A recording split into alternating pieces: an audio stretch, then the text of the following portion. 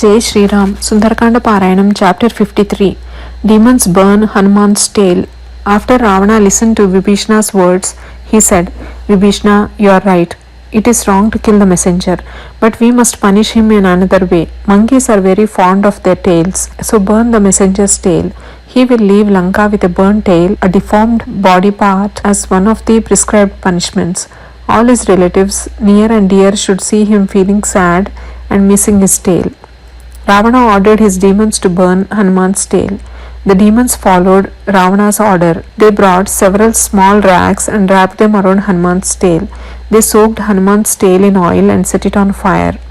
Hanuman became irritated with the demons for putting his tail on fire and pushed the demons away. Everyone in Lanka came to know about Hanuman and his fiery tail and came to see the sight. The demons reacted to Hanuman's aggression and tied him down. Hanuman thought, these demons tied me down. Can they be serious, and do they think they can tolerate me? I can break all these ties and jump up and kill them all. I am here for Sri Rama's work and they can take revenge on me. I alone can kill all these people, but Sri Rama promised he was going to kill Ravana.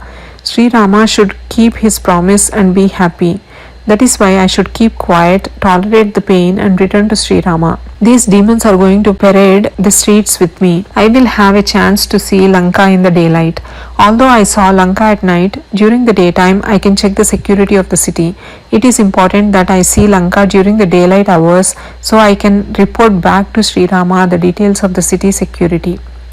After tying Hanuman down, there was happiness everywhere. The demons were ready to parade through the city with him. They started the parade with great sounds of the conch, drums, loud voices and lion roars. The demons followed behind Hanuman. In spite of his burning tail, Hanuman was walking comfortably through the streets of Lanka. Hanuman observed many things like large hangars, underground houses, beautifully decorated common places, crowded houses, small streets, big roads and secret paths. People including ladies, children and elders came out of their houses to see Hanuman with his burning tail. The demon ladies told Sita Devi that the monkey who was talking to her was being paraded through the streets of Lanka with his tail on fire.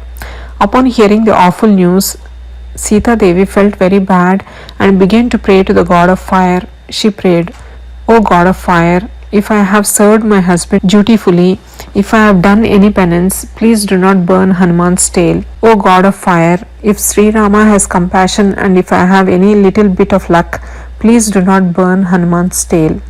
O god of fire, if the righteous Sri Rama's wish is to come and meet me, please do not burn Hanuman's tail.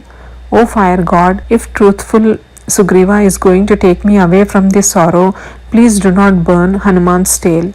Thus Sita Devi prayed to the god of fire. But even before Sita Devi prayed to the fire god went around Hanuman with fire but did not touch him. Therefore Hanuman did not feel the heat.